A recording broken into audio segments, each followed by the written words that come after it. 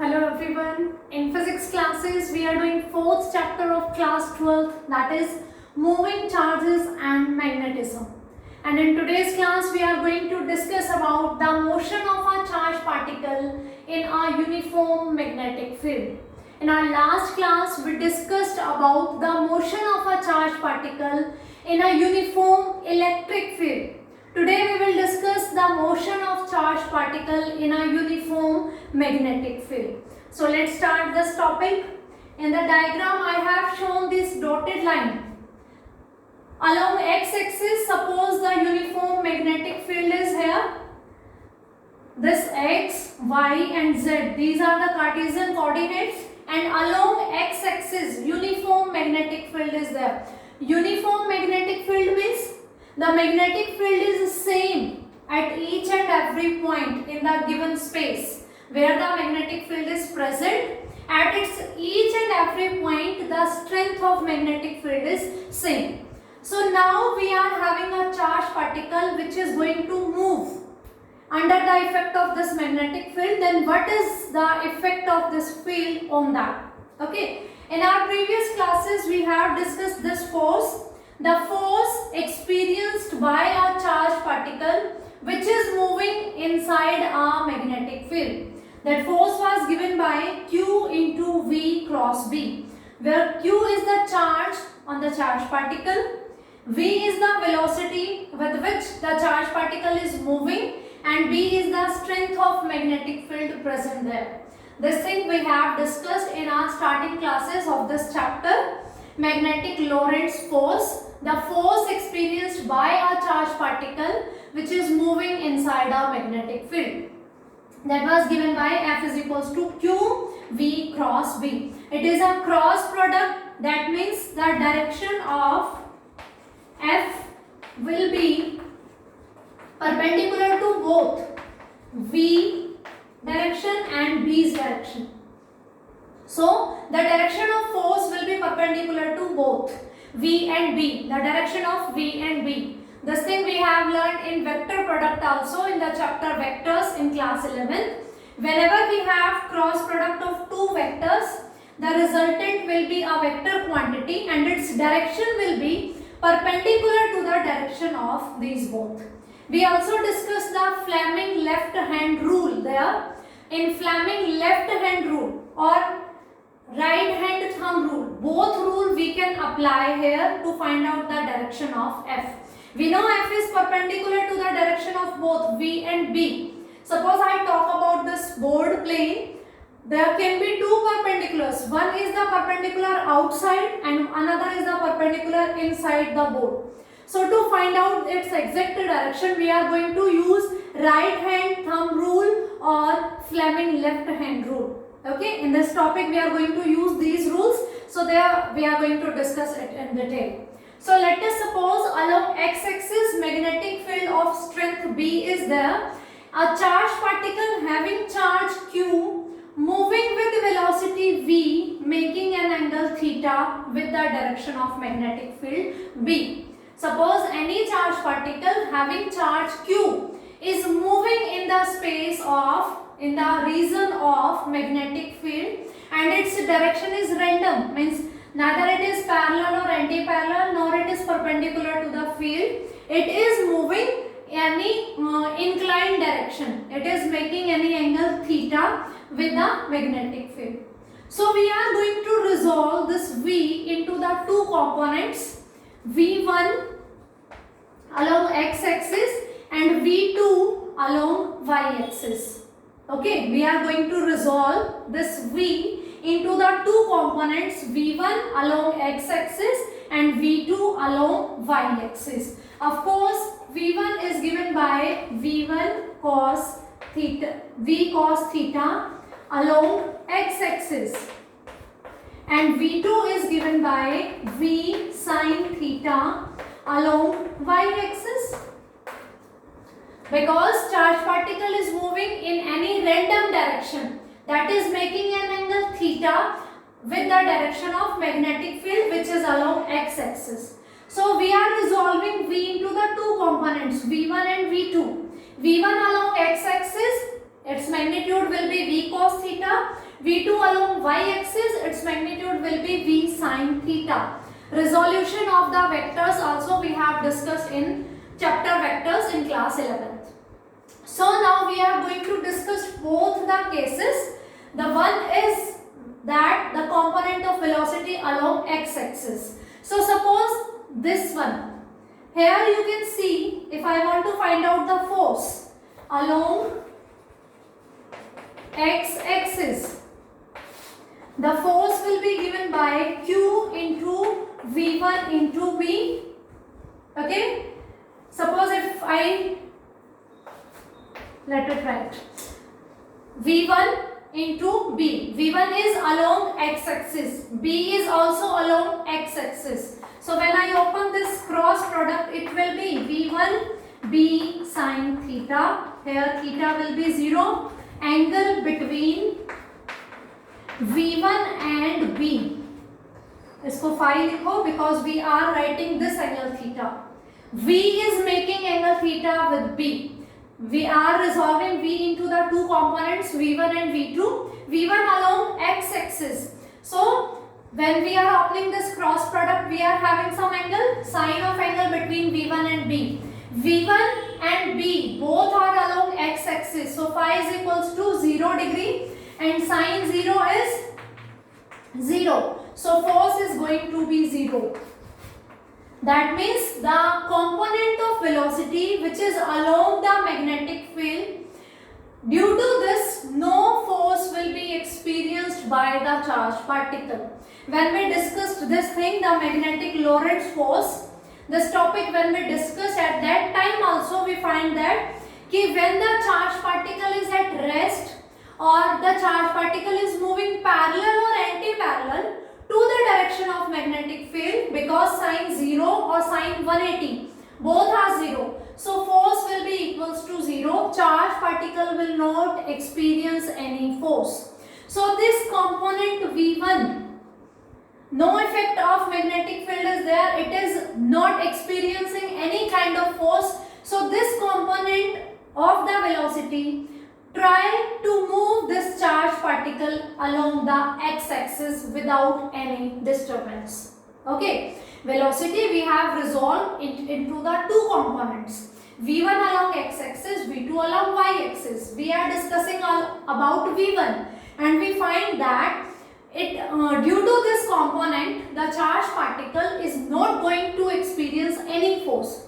If it is not experiencing any force, that means it does not affect the motion of charged particle. So this component V cos theta will try to move the charged particle along x-axis. So due to this component, charged particle will continue to move along the x-axis. Now come to the second component along y-axis.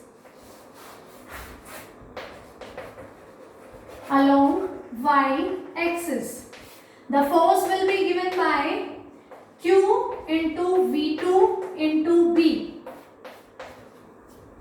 This will be there along y-axis. The component of velocity is V2. Now V2 is along y-axis and B is along x-axis. So angle between V2 and B is 90 degree because magnetic field is along x-axis and we are taking component V2 which is along y-axis. So the angle between V2 and B is 90 degree. That means force is given by Q V2 B sine 90 degree. And what is sine 90 degree? That is 1. So force will be given by Q V2 B. This is the magnitude. But what about the direction? Cross product is there. Then of course force is going to be the perpendicular to both V and B. That means V is along y-axis, B is along x-axis. Then the force is going to be along z-axis. This thing we can find out with the help of right hand rule or we can use the Fleming left hand rule. So its magnitude is QV2B. That means the particle is going to experiencing a non-zero force. Due to this component V1, V cos theta, due to this component of velocity velocity, charged particle was not experiencing any force. But due to this component V2, that is V sin theta, charged particle is going to experiencing a non-zero force, and its direction will be perpendicular to the plane containing V and B both. Here I have drawn a diagram where cross is representing. I have told you this thing so many times that wherever we are drawing cross, that thing is representing perpendicular direction. Suppose this cross is representing the direction of B, and B is the direction of magnetic field that is perpendicular to this plane of the board. Okay, if you are drawing this diagram on the notebook, then cross is representing the direction of magnetic field perpendicular to this board but inwards the board. Two perpendicular may be possible, one is outward and another is inward. So this is inward the board. So cross is representing the magnetic field, that means magnetic field is perpendicular to this board inward. And suppose I am here, this is the velocity v. Charge particle is moving along this direction. Then what will be the direction of force? We are going to use our Fleming left hand rule.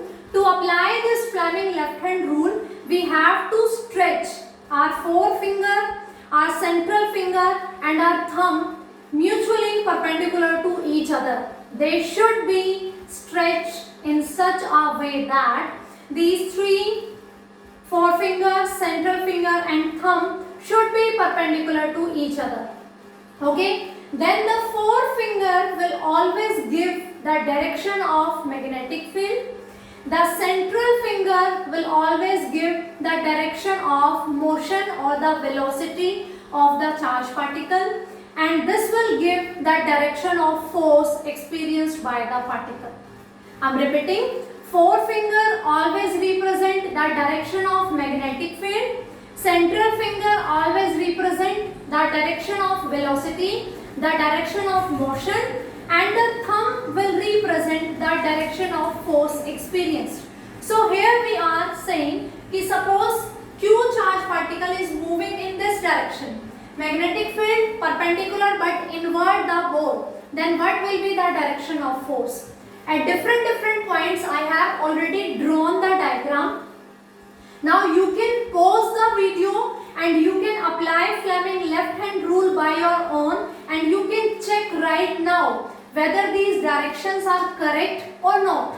Let me show you applying this rule at two positions. For rest two positions you can apply this rule by yourself right now by pausing the video. Okay, so suppose I am talking about this position. This is representing the direction of magnetic field that is perpendicular to board. So finger is going to perpendicular to this board. This finger will represent the motion of charged particle. Perpendicular to board, this is in the direction of velocity. Here is the velocity. Then stretch the thumb. Thumb is there. So the same I have drawn the direction of force. Forefinger, direction of magnetic field. Central finger, direction of motion. Thumb will give the direction of force. Align your first finger in the direction of magnetic field. Magnetic field is perpendicular to the board inward. Inward, this is the finger. And this is the finger representing what? The direction of motion. Then the thumb, you can see it is upward. You have to stretch your all these three fingers. You have to stretch in such a way that they all are perpendicular to each other. So from this diagram you can see the thumb is here. So this will be the direction of force. Similarly, you can see here again this finger is representing the direction of magnetic field inward. This will give the direction of velocity downward. Then the thumb is here.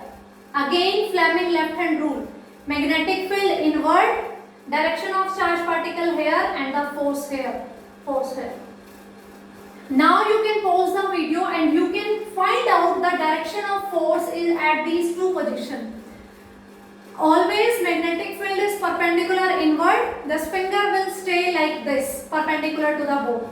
and this finger according to this velocity, then the thumb will give this direction of the force. Now you can pause this video and you can apply this rule to the different locations. The diagram I have shown for different positions, the force will be in these directions.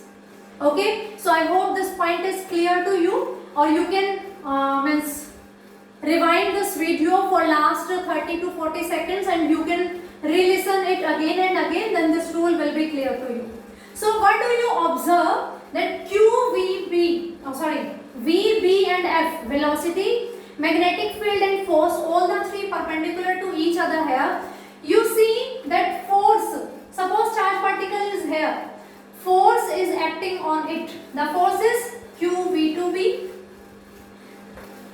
along this direction. When charge particle is here, then it will be along here. When charge particle is here, then force will be in this direction. When charge particle here, force will be in this direction. Wherever you apply, you observe that this force tries to move the charge particle in a circular path. You can see, at any point you can check. You will find out the direction of force always towards the center of the circle. See, V is perpendicular to B.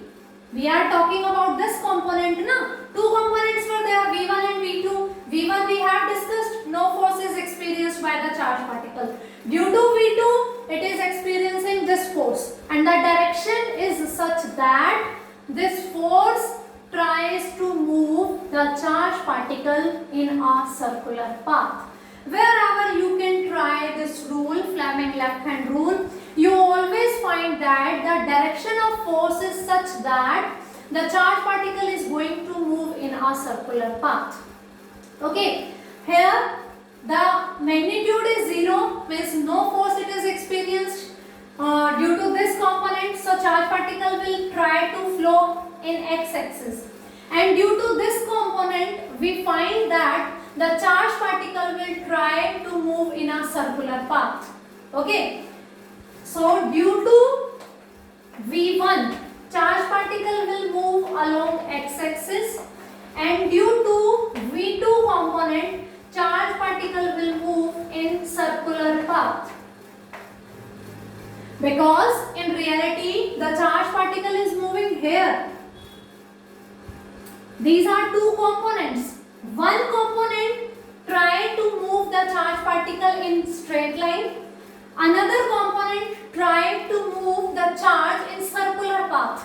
When we are going to combine these two, we observe that the charge particle will move in a helical path. That is very important from the point of view of exam. Charge particle will try to move in a helical path. Linear motion due to V1 and circular motion due to V2. So the charge particle will move like this.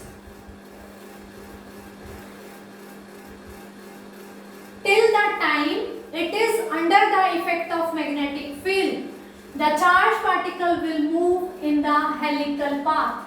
It will move forward also, but while moving forward direction, it is going to cover the circular paths.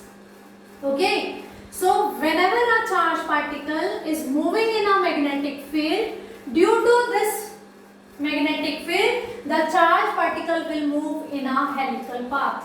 When the initial condition is that charge particle is moving at any angle theta. Okay, they are moving, charge particle is moving in any random direction, that is making angle theta with the direction of magnetic field. Then the resultant will be a helical path. That means this Lorentz force F is equals to QVB will provide the necessary centripetal force, because it is moving in circular path also. So the magnetic force will provide the necessary centripetal force.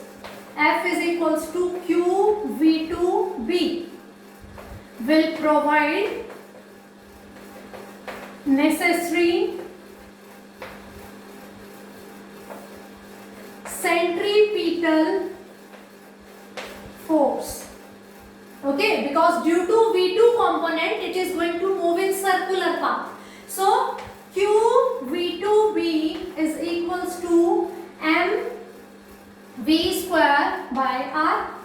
Centripetal force, that is given by mv square by r, where m is the mass of charge particle, v2 is the velocity with which the charge particle is moving, and r will be the radius of circle covered by charge particle. Covered by charge particle.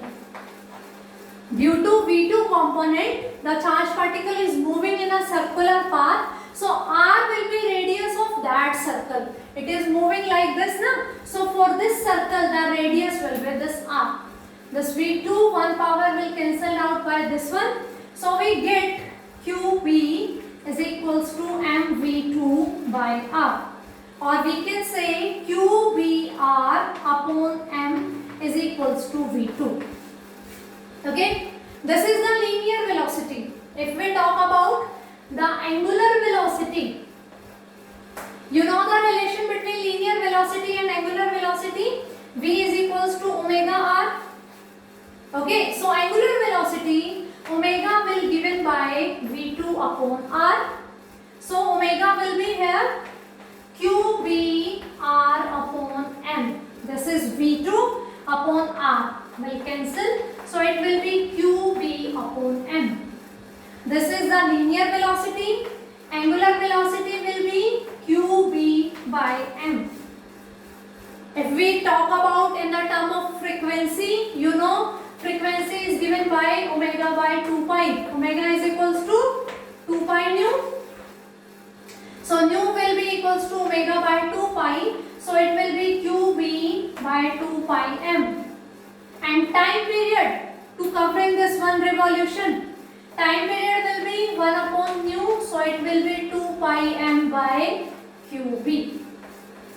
So these are the various parameters, various physical quantities we have derived with the help of this result. Capital T is the time period covered by, taken by the charge particle to complete its one revolution. Nu will be the frequency, omega will be the angular velocity, and V2 will be the linear velocity. V2 is what? V2 is V sin theta, and V1 is what? V cos theta. V is the velocity with which the charge particle is moving. Theta is the angle, the direction of motion of charge particle making with the direction of magnetic field B. So these are the results. Due to the combination of V1 and V2 component, the charge particle will move in a helical path. Okay. Now here we are going to define a term pitch. What is pitch? In physics laboratory also, when you have discussed the instruments like screw gauge and vernier caliper, there also you were getting this thing ki screw gauge, when you are going to measure any thickness with the help of screw gauge, a pitch word was there. Okay, I hope all of you have seen the screw gauge. Screw gauge is a type of instrument for which we are going to use to measure the width, the thickness of any wire, of any pen, of any object. Okay, there you can see that a screw is revolving and side by it is moving a linear distance also.